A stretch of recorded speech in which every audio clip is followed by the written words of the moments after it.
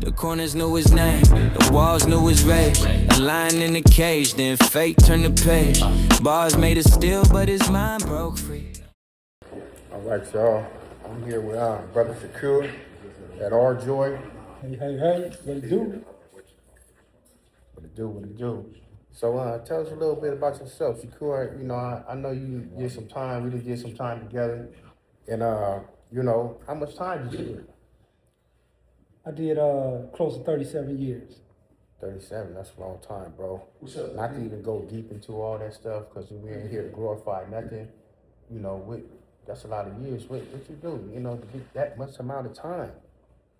Yeah. I'm gonna just tell you like this. You know, I'm from LA. I used to be banged out, right? Banged out as what? Where you from, bro? What's your, you know, where you from?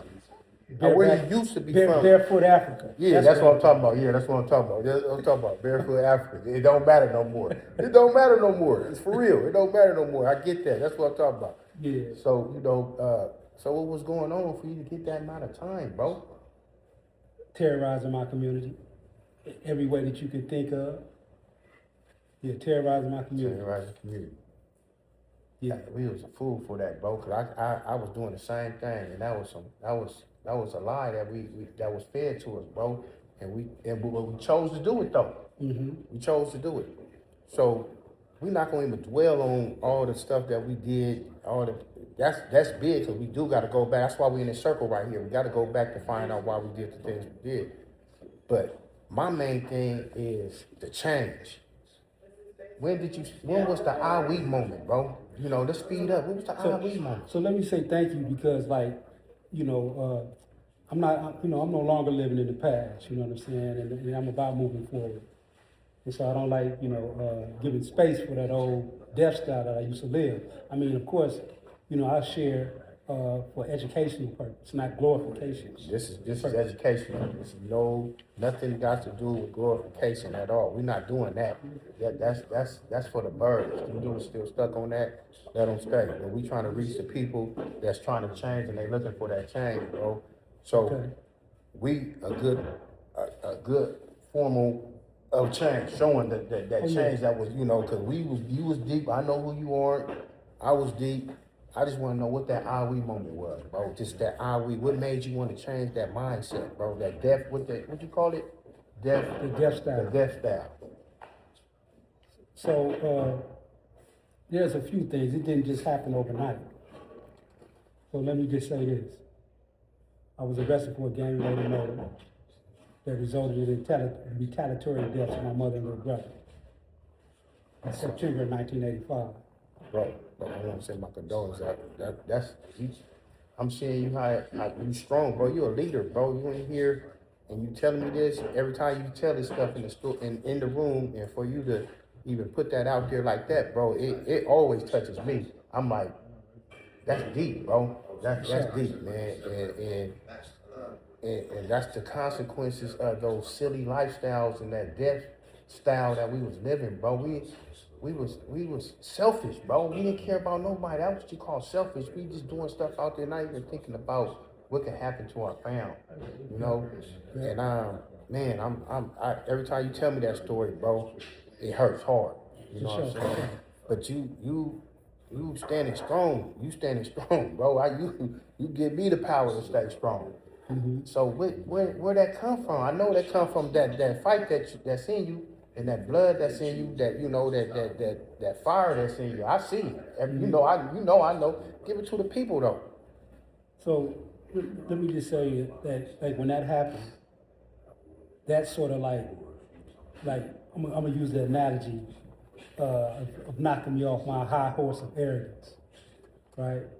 And it also gave me an opportunity to learn what empathy was, because here was I was harming my community, right?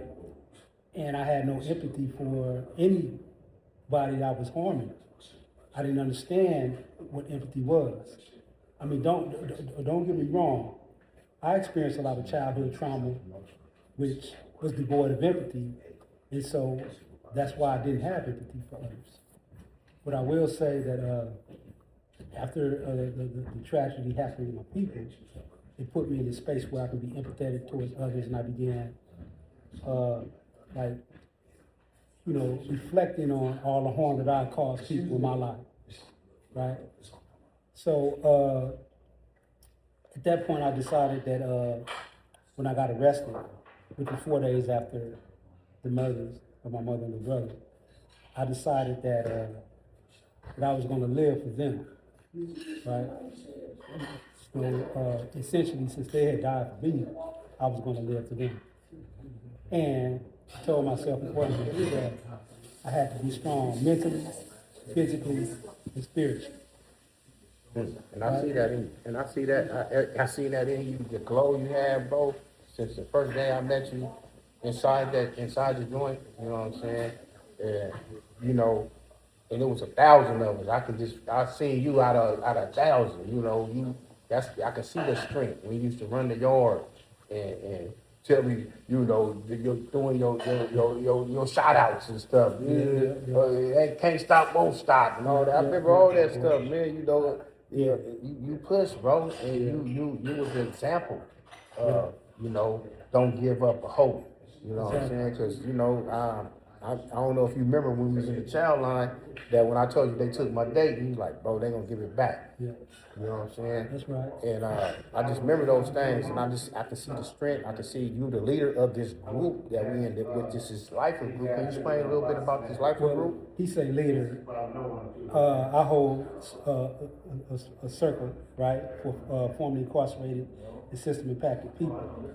And when I sit in a circle, it's no big I's, no little U's, right? It's power with, not power over. So we all equal. I'm just here to facilitate the process. So he says leader, I'll say I'm the space holder.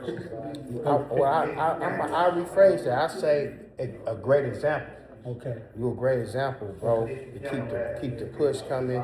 Cause I come to this group, I don't, you know, I'm not here mandated or anything like that. This group helped me stay focused. That's right. But we're gonna cut this and we're gonna make a round two. So we're gonna tell the people where they can find this at Ray Magee.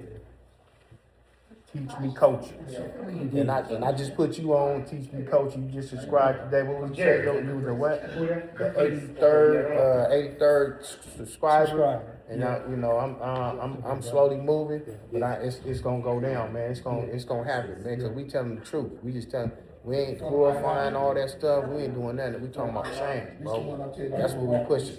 And as you can see, the circle participants are coming in. So.